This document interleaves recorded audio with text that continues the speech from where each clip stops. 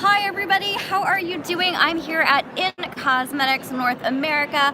I'm here with Sand Dream Impact and we are speaking with Todd, and he is going to talk a little bit about the colors in your makeup and give us a rundown on how it works. Is that right? That's right. Okay, so you do you do color before it actually gets into the product, right? So you have the raw pigments, is that right? Absolutely, that's correct. Okay. Yeah. So the raw pigments themselves are a little bit different than what you would expect, I would say. So if you think about the kind of standard colors, like the color of my shirt as a for instance, it's generally an organic color, so it contains carbon in it, and it's a very flat color. So a lot of what we do is a lot of the sparkle that goes into pigments. And I want to make sure everyone hears you right now, so if you want to scoot up really fast and we can dig into it. Okay. Sure.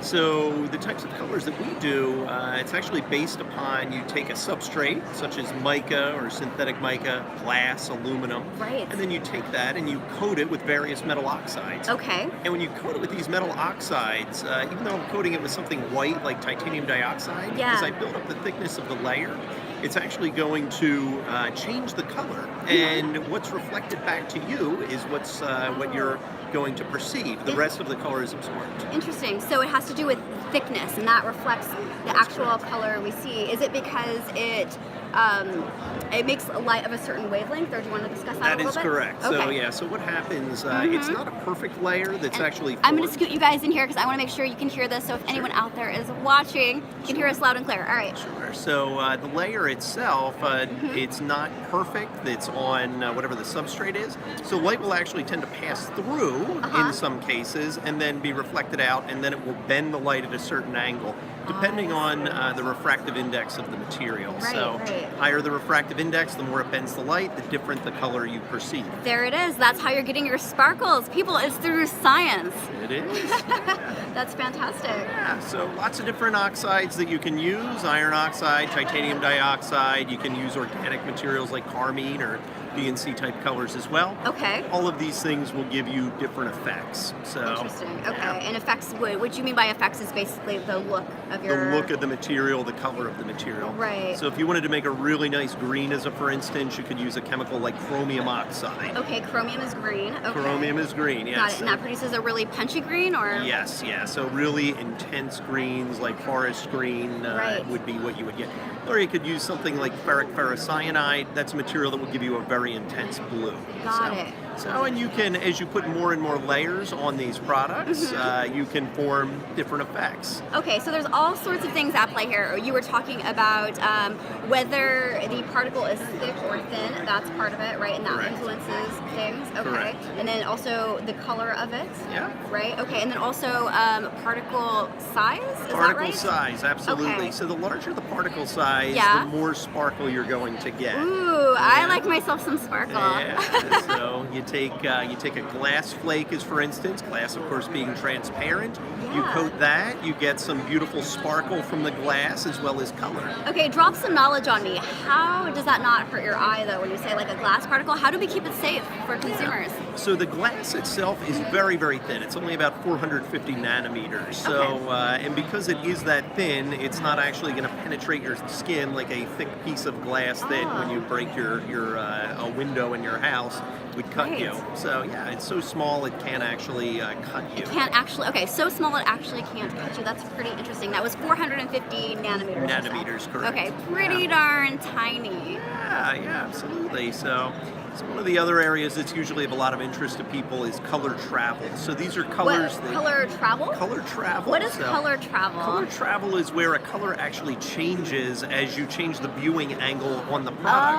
Oh, I've definitely seen this. It's like when you're at one angle, it's sort of pink, and then you kind of turn a little bit the other way, and you get this beautiful blue. That's correct. Okay, how is that being done? So you put various metal oxides on top of the substrate, Right. and then what you usually put on top of it as well is a specific metal oxide known as tin oxide. Okay. Tin oxide has a very high refractive index, and it has a capability to bend the light almost vertically. Wow, okay, so or it's- horizontally, I should say. Right, So- right. So it's a real special ingredient that gives you a lot of room to play with it. That's correct. Okay. So, and then when you have this in there, along with other metal oxides will reflect the light at different angles.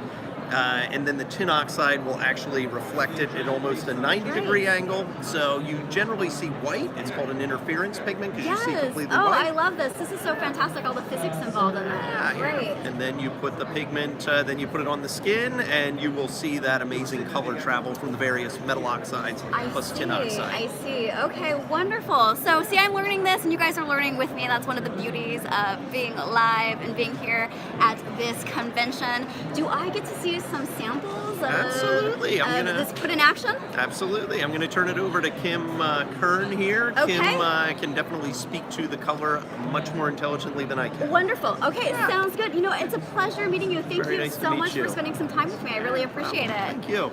Okay, guys, so we're going to wait for the color right now. All right. Let me grab Kim. All right.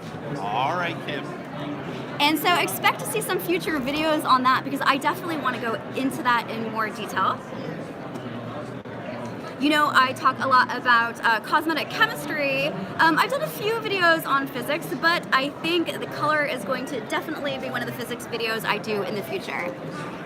Okay, so we have some goodies. This is Kim. Hi, I'm Kim from Sand-Dream Impact, Okay. and I'm the laboratory manager.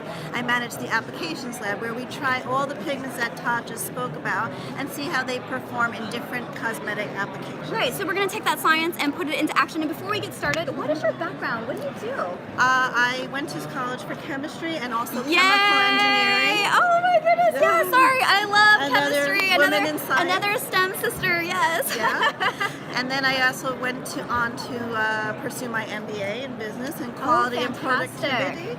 So Right. yeah, I'm in the right business because I love the science and I also love the fun makeup aspect and all the colors. It's my dream. I think it's most every woman's dream. So I got to do the nitty-gritty science part, but also to have the fun applications. That's great, wonderful. All right, so let's take a look. So I'm going to talk about. I know I'm going Todd to just- scoot in here really fast because I got to get in on this. Yeah. All right. So Todd spoke about different substrates today, and we come out with not only do What we, is a substrate, really quick? Not to interrupt, Yes, but I want to give yes. people an idea. What is a Sure. substrate? The substrate is your base material that you're going to do the Right. coatings on. So Okay. we sell mica, synthetic mica, glass base, and aluminum substrates.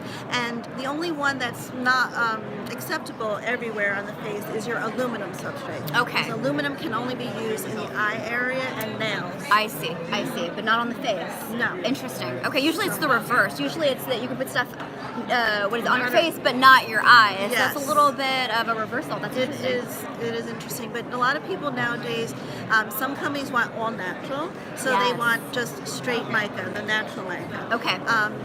But you have more variety when you can use different substrates. So we Okay. like the companies, we like every company that uses our pigments, but if you want a lot of variety, then you can go to the synthetic and glass and aluminum. Right. And if you want that sparkle, right, You want the as sparkle. well. The higher particle size materials will be available in the glass and the synthetic mica, and that's where you get your sparkle. Okay. Now I'm going to show you just an example of something of a more natural mica substrate. Now these are more finer particle size pearls that are going into makeup.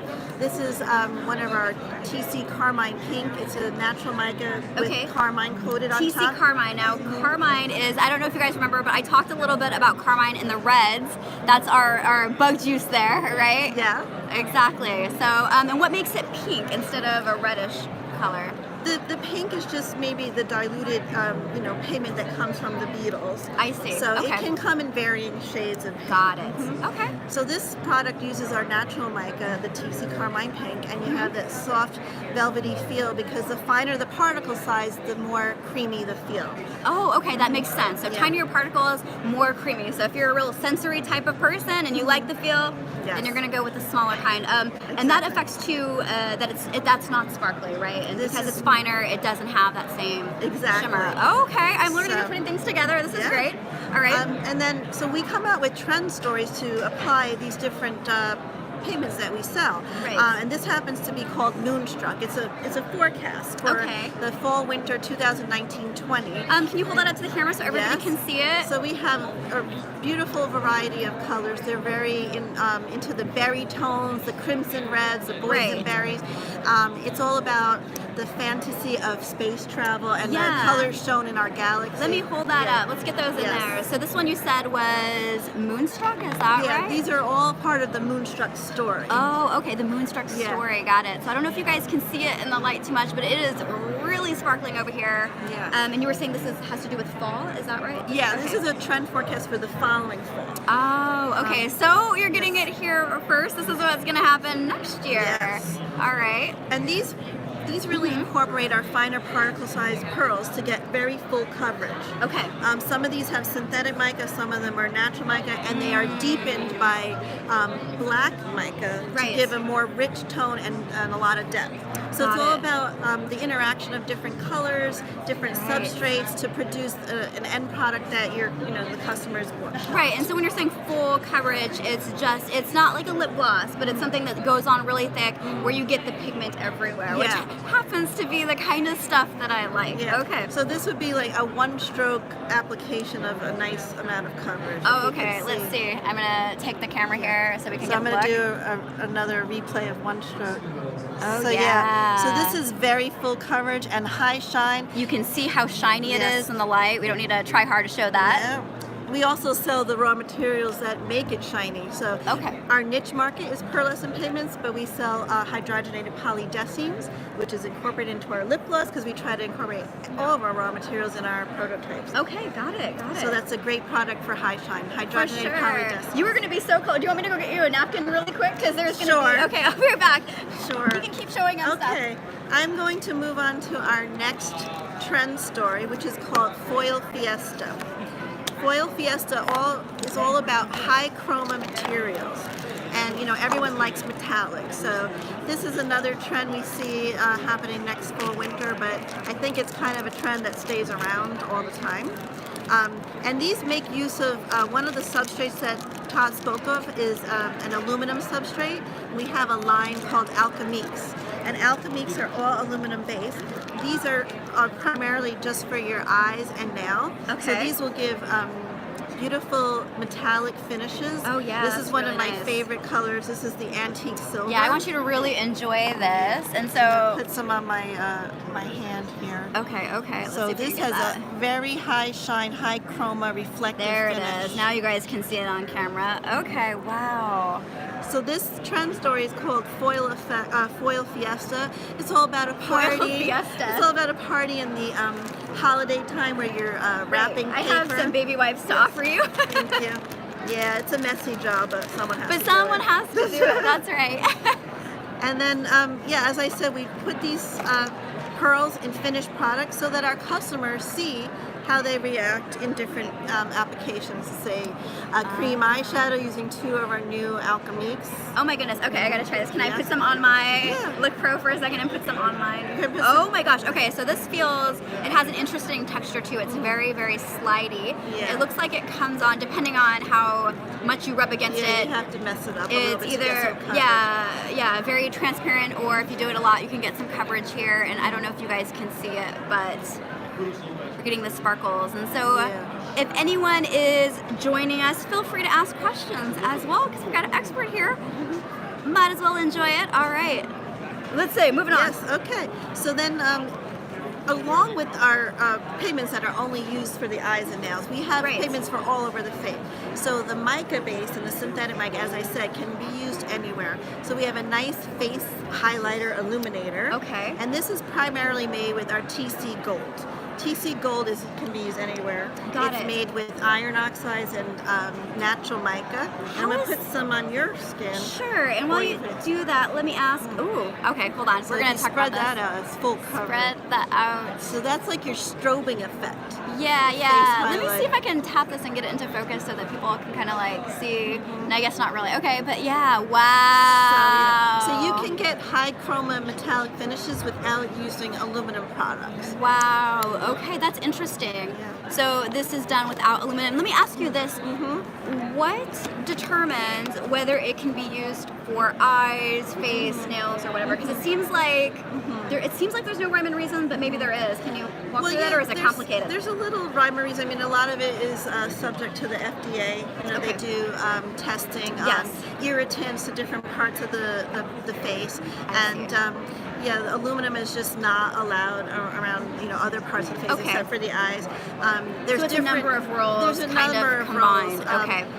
Natural mica is regulated by the FDA as far as particle size. Okay. When natural mica pearlescent pigments came out, the FDA was all over it, and now there's a maximum micron size that you can use. That's on what the I was eyes. going to ask about Yes. size. So I knew about the FDA rules. I know you guys have seen that in some of my videos, but I was wondering if the size and Yes. especially if things get like into nano and skin penetration and all that good stuff. So okay. for natural mica, you have a limit of up to 150 microns that can be used on the eye.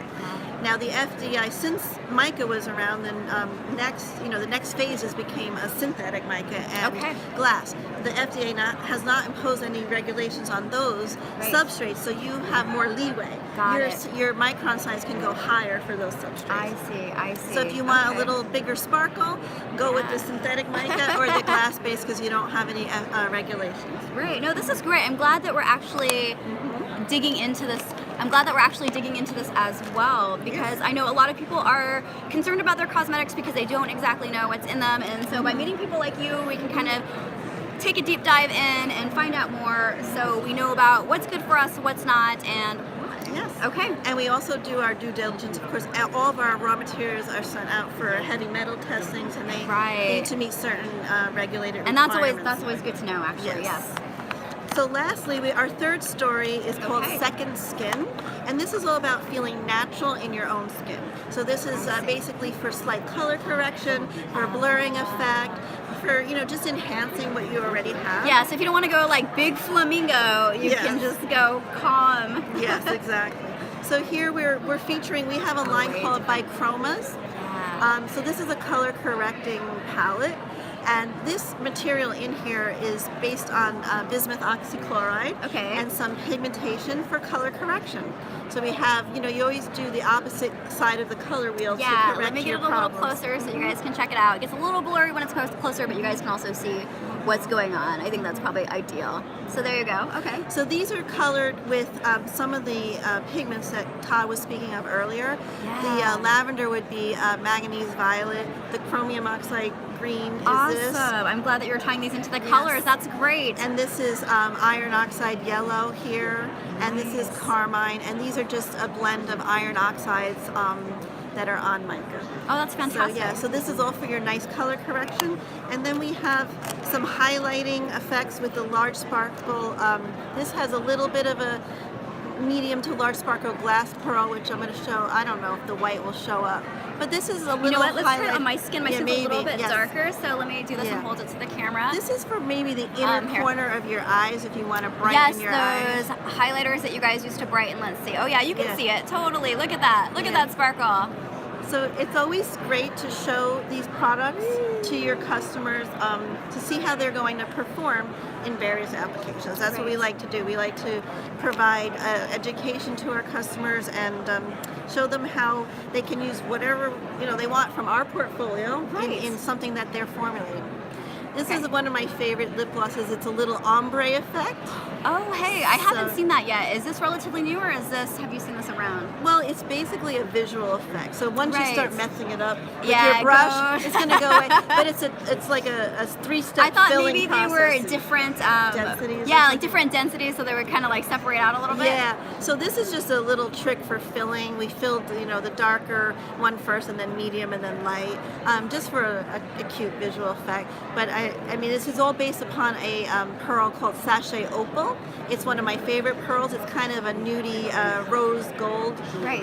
Which is very popular today. You see rose gold in everything. Yes. Cosmetics, phone cases, cards even sometimes, I don't know. Right. But again, so we just showed a natural color in a lip gloss to tie into the second skin. Wow. Oh my gosh, this is fantastic. Okay, so we have one more, or no? That's oh, it. that's This it. is just a highlighter. This is Okay. a brow highlighter, a pressed powder. There's a lot of dynamics that go into pressing powders. Because you have to make them bind and stick together. Exactly. And is there a challenge with the bind and pigments, or is it finding the right ratio? What's the story there? So it's a lot of trial and error, but as you learn the process, you know which items help with pressing. I mean, for instance, zinc stearate, the stearates will help with pressing. Yes, The because they're kind of talcs- like, not Compressibility. Yeah, they're compressible. Yes. Exactly, that's a good word. Now, talc is a great, is a great component to use for pressed powders, but then you have people that want talc replacements. So there the challenge begins. So Okay. if you have a mica that's treated, Yes. say with lecithin or laurel lysine, Oh, right. that does improve the pressing.